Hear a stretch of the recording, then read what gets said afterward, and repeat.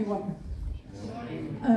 Yes, so my name is Alia Azzouzi. I'm from the Netherlands, and you will hear that in my accent. So I will start by saying that I'm very honored to kick off this conference today, and to see you all, and to speak to you all, and to interact with this very important subject. But it's also a bit exciting because although I'm very used to leading conferences in Dutch, which is my mother language, I've never done it before in English. So please forgive my poor English, and please help me if I get stuck in my words. I would be very happy if you do so. But for now, I'm very delighted and very happy to see this panel and to see you all. And I really want to invite you to contribute to the discussion. So you're here not only to listen, but also please to contribute for this very important subject of what's happening in Gaza, which is a subject that I think it has kept us all awake, kept us thinking, kept us thinking about what can we do, what's our role besides being angry and being emotional and doing dua and doing all that we can in our small communities, but also we try to make a difference in the bigger communities.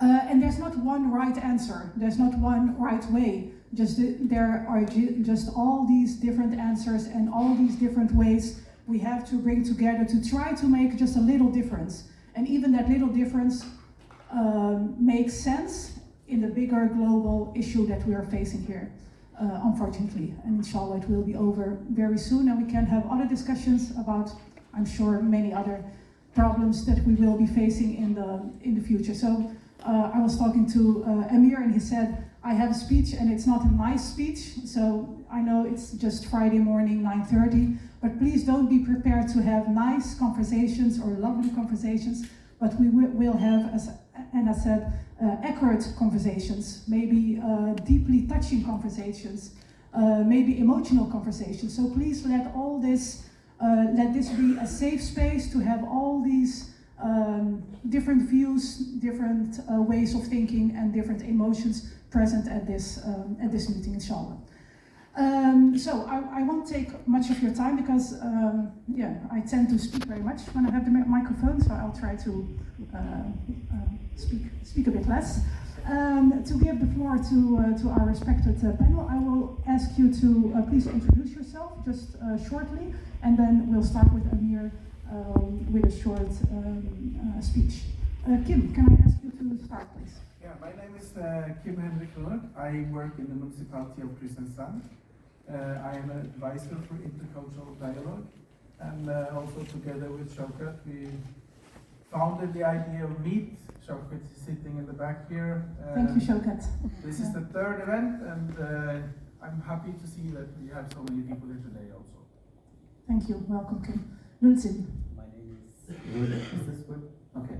My name is Lulzim Kadrioski. I'm from Austria, and in Austria I'm part of an organization called Documentation Center for Islamophobia and Anti-Muslim Racism. So what we do as an NGO is we document all the cases of anti-Muslim racism or discrimination against Muslims in Austria, and we publish a report every year. This is our main thing. We do many more things, as all NGOs do. Today I will be able to share some numbers also with you. Thank you for being here, Lulzim. Thank you. Anna. Hi, good morning to everybody.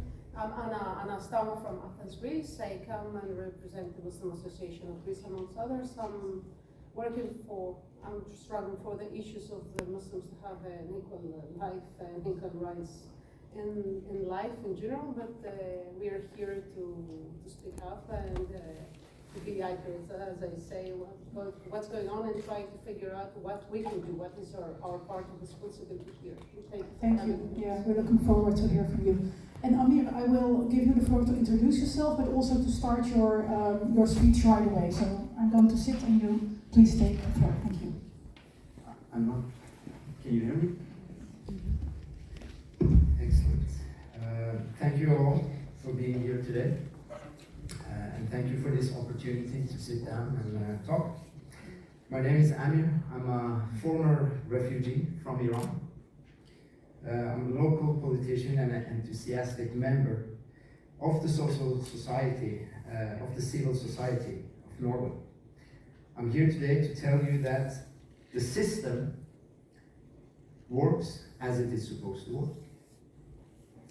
I will start with the United Nations Charter, which states, peace. The UN strives to maintain international peace and security. Justice.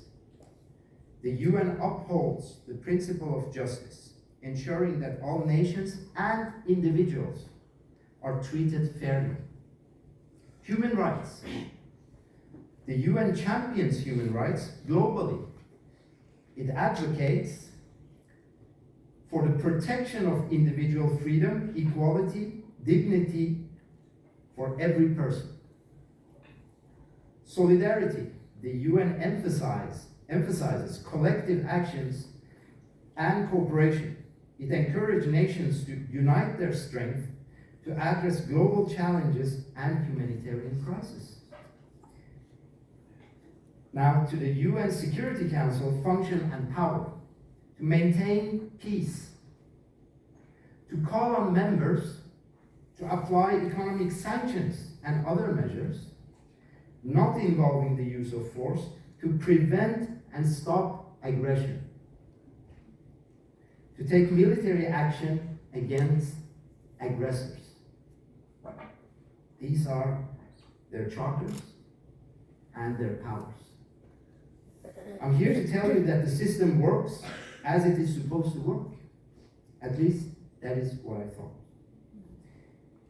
In the first 6 days of the retaliation, Israel dropped more than 42 bombs on Gaza every hour.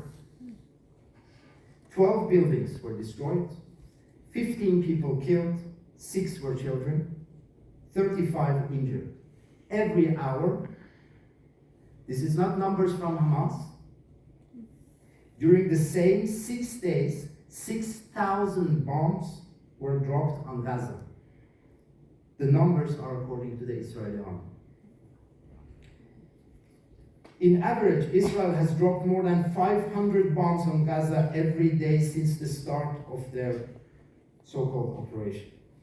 To put things in perspective, US and allies have dropped an average of 46 bombs a day on Syria, Iraq, and Afghanistan all together. More than 60% of all residential buildings and more than 80% of commercial facilities has been destroyed. 11 hospitals, partially or fully destroyed, schools, places of worship, groundwater wells, doctors, ambulances, journalists, everything and everyone seems to be targeted by Israel. Thousands of people have been killed, with a high proportion of women and children. More than 1,500 amputations have been carried out on children.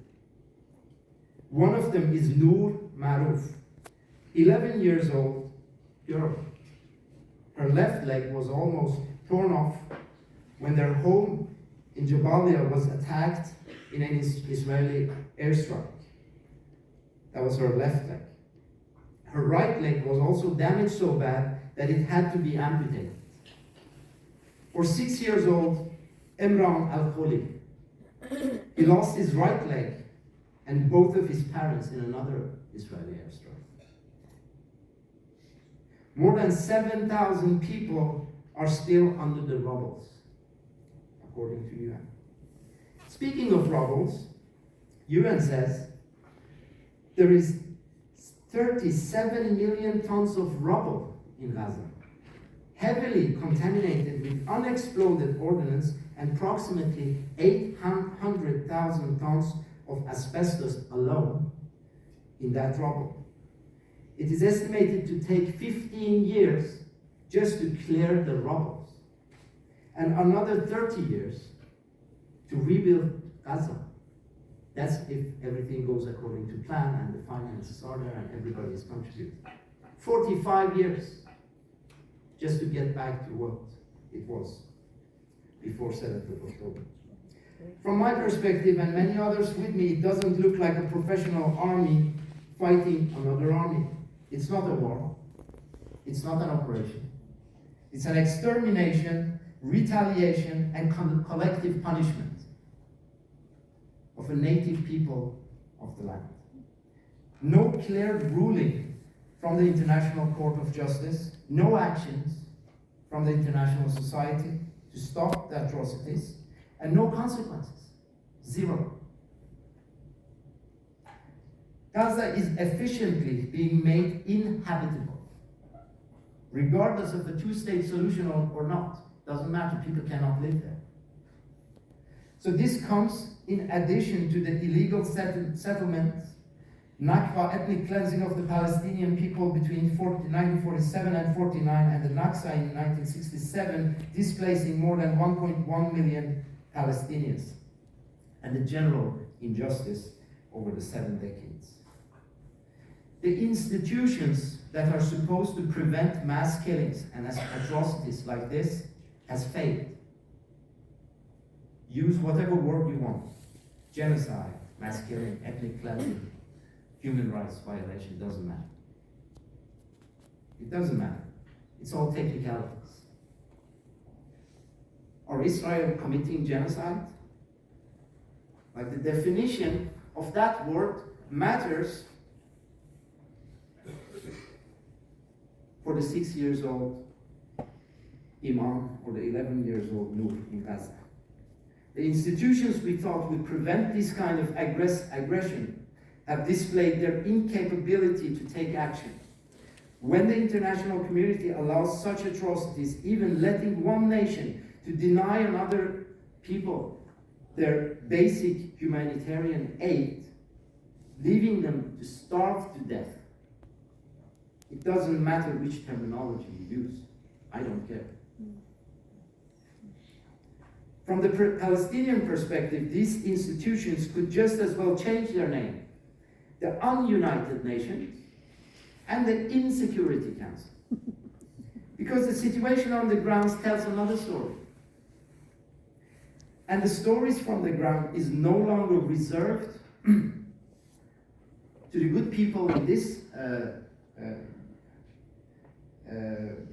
arrangement, the adults who can, look up the information, or the specially interested in the subject. I have lived in a war, and I have been forced to flee from my country because of a war. To my surprise, most of the Norwegians didn't know of that war when I spoke to them when we came to Norway. I was 8 years old then. That's 35 years ago. This has changed. Today, the average 14-years old in Norway gets the reality on the ground in Gaza through their TikTok and their Instagram accounts. The disconnection between the public opinion and the institutions' inability to take action is imminent. Professor Per Fugelli said once, "Trust is the glue of the Norwegian society." I was a big fan of Mr. Per Fugelli. So how does these impressions affect the glue of the Norwegian society? The overall trust in the global institution has fallen to an all-time low. The Norwegian foreign minister expressed the same in the World Economic Forum 2 days ago. He said, "We live in a time where the trust and faith in our institutions are in deep crisis." In my social volunteer work with youngsters, I'm no longer capable of connecting and having fruitful conversations with them about politics. They simply won't listen anymore. They express themselves very clearly. "Amir, how can you talk about democracy and human rights when we see it failing every day without anything being done? We don't want to hear it anymore." The glue is vanishing. Norwegian companies, I work in one of them, are manufacturing and delivering working boats with mounted machine guns to Israeli army for patrolling outside Gaza. Maybe shooting some fishermen boats, I don't know, maybe. Kongsberg Gruppen, Norwegian military weapon manufacturer, is delivering weapons to the United States, which is directly exported to Israel. Kitron, located in Arendal, same city where I live. Norwegian tech company is delivering GPS steering devices for rockets to the US Army. Most likely, the same rockets that has taken the life of 6-year-old Emran Khan's parents and his legs, or the 11-year-old Noor Maruf's legs. This is the political line of business in Norway and almost all European countries as we speak. The system is designed to protect the interests of the superpowers, not individuals, and certainly not the Palestinians. The charters are just words. So no, the system is not working as it is supposed to be working, at least according to their charters, but it is functioning as it is designed. It is designed this way. That's what we need to remember. The veto possibility is by design. As for the local politician and social engaged Amir, standing in front of you, he also has lost faith and trust in the institutions and politics. I represent the Labour Party, and I have resigned from all political duties and no longer wants to be part of it. We need to start realizing the truth and come down from our high horses, decorated with European values. We and our institution are complicit in these atrocities for assisting, fueling, providing, and supporting Israel, and we have been for the last 7 decades. Thank you.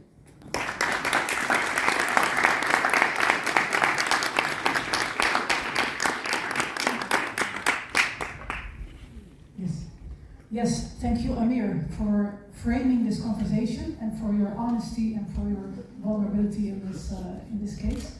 I think I already have a connection with Kim, because one of the last things you said is your distrust in society, distrust in democracy, but also the quote you shared about trust is the glue of society, and you said that glue is vanished. But Kim, you work for the municipality on the subject of cohesion. Well, cohesion, you need that glue. So what happens when that glue is gone? What do you do? Yeah, I was worried when I was thinking about you speaking, because of course their message is pretty stressful to listen to. On the other hand, it's very important that we don't, as we say in Norway, try to put something under the carpet. We actually need to hear the voice, and we need to hear the anger, because it's there. In my line of work, when I talk to the young people in Kristiansand, which I have been doing lately after the war started, the signal is the same. The signal is that you have been talking to us for many, many years about the value of democratic values. And now we don't feel it's for us. We don't feel that when it really was demanded that society stood up for us, they didn't. And of course, seen from the municipality point of view, this is worrying, because we need to have this close connection in order to not have conflict in our local society. We have a conflict which we can't change, but we have to not be in conflict locally.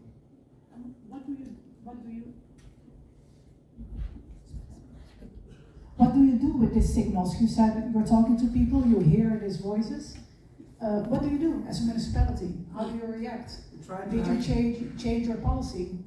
We try to have more contact, and we try to do a thing like this.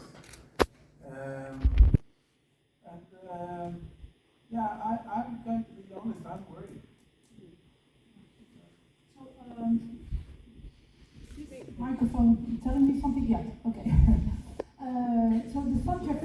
first panel is the multi-platform conflict.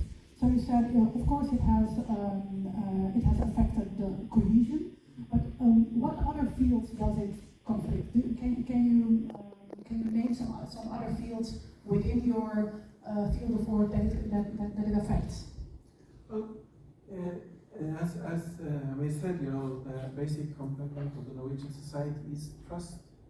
Is trusting that the institution in front of you is going to deliver the same to you as anybody else.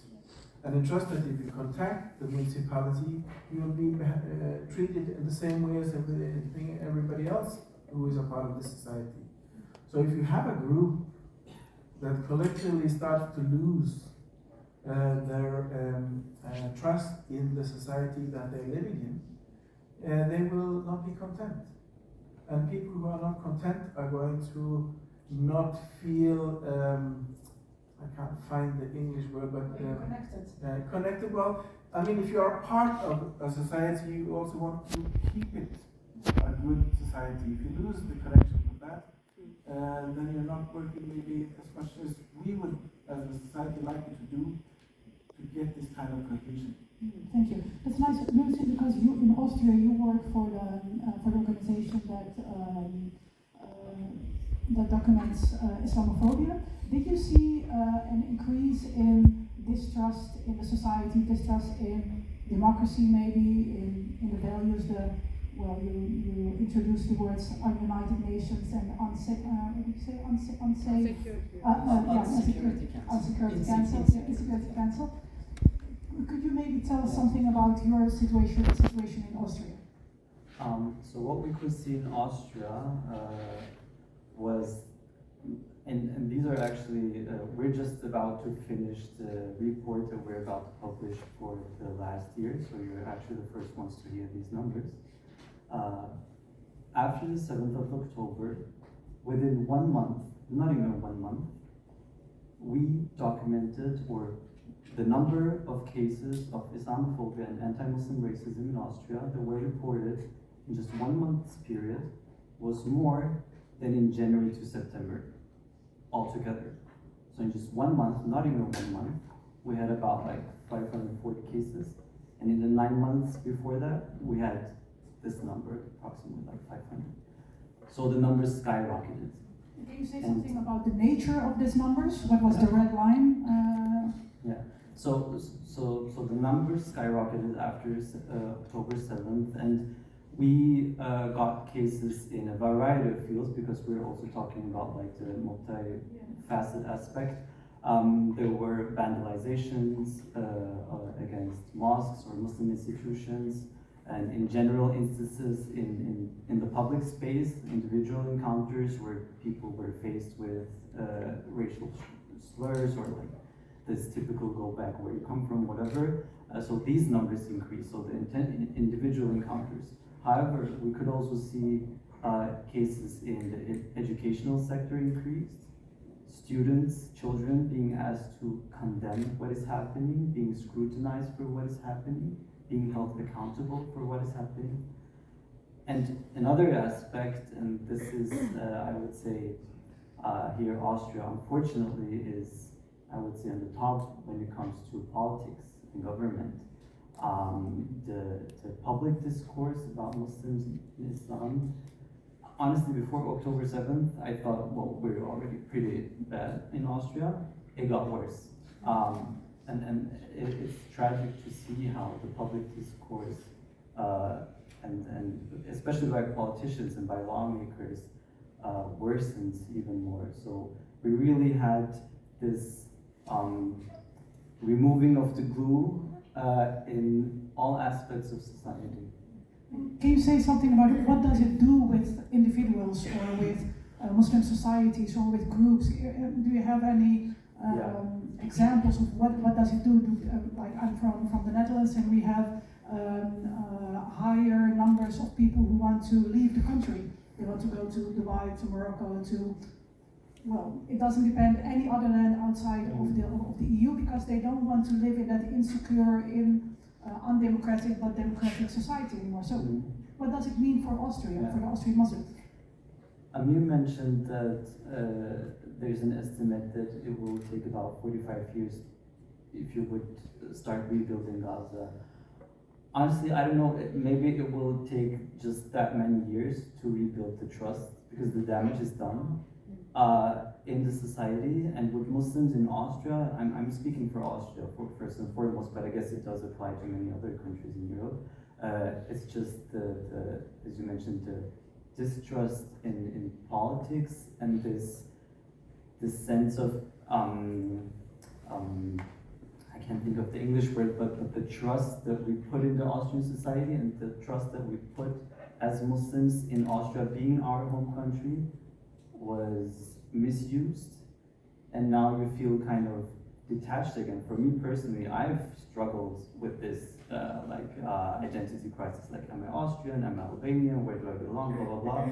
And then once I thought, oh, I got it, like I'm this and that, and I can be both, and then it happened what happened, and discourse changed, and I'm like, do I really want to identify myself as Austrian anymore? So it really pushes you decades back, maybe, in the discourse. Thank you. Anna, is that something you recognize? I know you're Greek, so you don't have any other identity to identify with, maybe. What does it do in Greece? How is your situation on a personal level as well? What does it do? This is a totally different case because I come from Greece, the cradle of democracy, you know, and I come from a country that is the people are pro-Palestinian since ever, and the government that we're having is pro-Israeli. So we don't go to any surprise. But I would not limit it down that the Muslim community is running for Palestine. I'm concerned. The people are very concerned, and we have a huge solidarity movement consisted by the universities, by the working unions, by the everyday people. It's not focused on the Muslims going demonstrating. On the contrary, most of the Greeks from every walks of life are fighting and struggling and demanding for a fair solution. So I would not focus it if we have a rise in Islamophobia or this. We don't have this phenomenon in the country. On the contrary, we are testing and we're trying to see where our institutions are holding. We know that we have to deal with our governments and we have to push our governments, but this is a democratic process also as well. We're not in, but things are exposed right now. What happened in Gaza after October was happening silently all these years behind. So this is what we should focus on. Today we're talking about destruction, as Amir said very, very vividly what is going on, but I'm here to see where is our part of responsibility, what we can do about this, and how we can re-estimate and re-evaluate our relationship with the institution, either if they're local or regional or international organizations. So we'll say more. Okay, so let's take this question maybe to the audience. Yeah. So does anyone want to react on Anna's last question? Maybe some other thoughts, ideas. Could you repeat the question? Oh, yeah. Could you repeat the question? So how do we rebuild? Yeah. I say that now that we're standing here, we say how we can reevaluate and re-estimate what is our relationship and with institutions, either if they're local, if they're regional or international, how we deal with that, also in the democratic process. Would you like to say something, or well, yes. No pressure. No pressure at all. I'm holding my pressure. Okay, thank you. My name is Alia. I work here at the university at the Center for Gender Equality and Diversity.